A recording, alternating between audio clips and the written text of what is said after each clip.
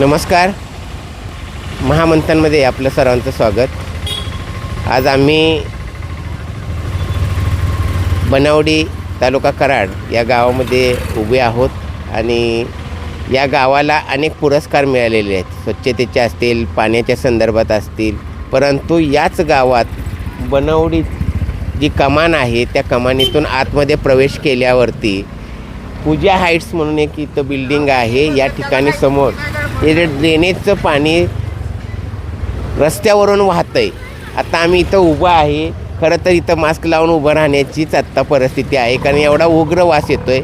बाजूला शेतात एक विहीर आहे आणि या विहिरीमध्ये हे पाणी जात आहे. तर या ठिकाणी जे व्यावसायिक आहेत, तिथं राहणारे जे नागरिक आहेत, त्या आपल्याला या ठिकाणी त्यांची भूमिका, कारण गेल्या 8-10 दिवसापासून हे पाणी वाहतं आहे. अतिशय दुर्गंधी आहे. या ठिकाणी थांबणंही आता कठीण आहे. आमचे इथं ऑफिस आहे शासनाचं. गेले 15 दिवस झाले आम्हाला इथं हा पाण्याचा घाण वास येतोय. आम्हाला इथं बसू वाटत नाही. आमच्या इथं दिवसातून कित्येक 200 ते 250 लोक इथं येतात. त्यांची लहान मुलं येतात.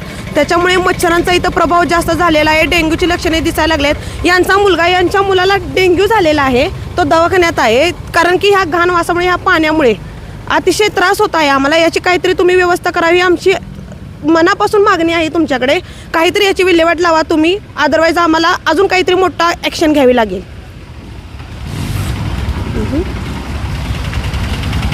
इथं वाहणाऱ्या घाण पाण्यामुळं आरोग्याला भरपूर धोका निर्माण झाला आहे. लहान मुलं चालताना त्रास होतो आहे. इथून शाळेला कॉलेजला जाणाऱ्या मुलांना त्रास होतो आहे. गाड्या चालू असताना पाणी उडतं आहे, त्यामुळे खूप त्रास होतो आहे. दुर्गंधी पसरलेली आहे, मच्छर झालेत, त्यामुळं आरोग्याला पण हानिकारक झाले.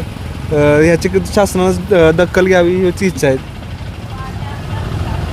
धन्यवाद. ह्या आहेत इथल्या लोकांच्या प्रतिक्रिया. कारण या ठिकाणी वाहनावरून जाणारी जी अवस्था आहे ती पण पहा.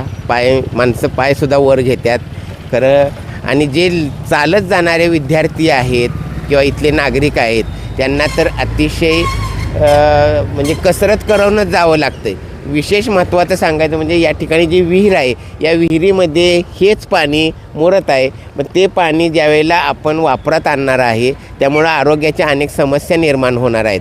जसं यांनी सांगितलं की डेंग्यू, मलेरियासारखे या ठिकाणी म्हणजे आजार उद्भवू शकतात किंवा अजून झालेला आहे यांच्या मुलासाठी. मग ही परिस्थिती अतिशय गांभीर्याने घ्यायला पाहिजे. ग्रामपंचायत बनवडी यांनी या ठिकाणी तात्काळ ही उपाययोजना करावी आणि इथल्या लोकांचं आरोग्य जपण्यासाठी या समस्येवर तोडगा काढावा. धन्यवाद.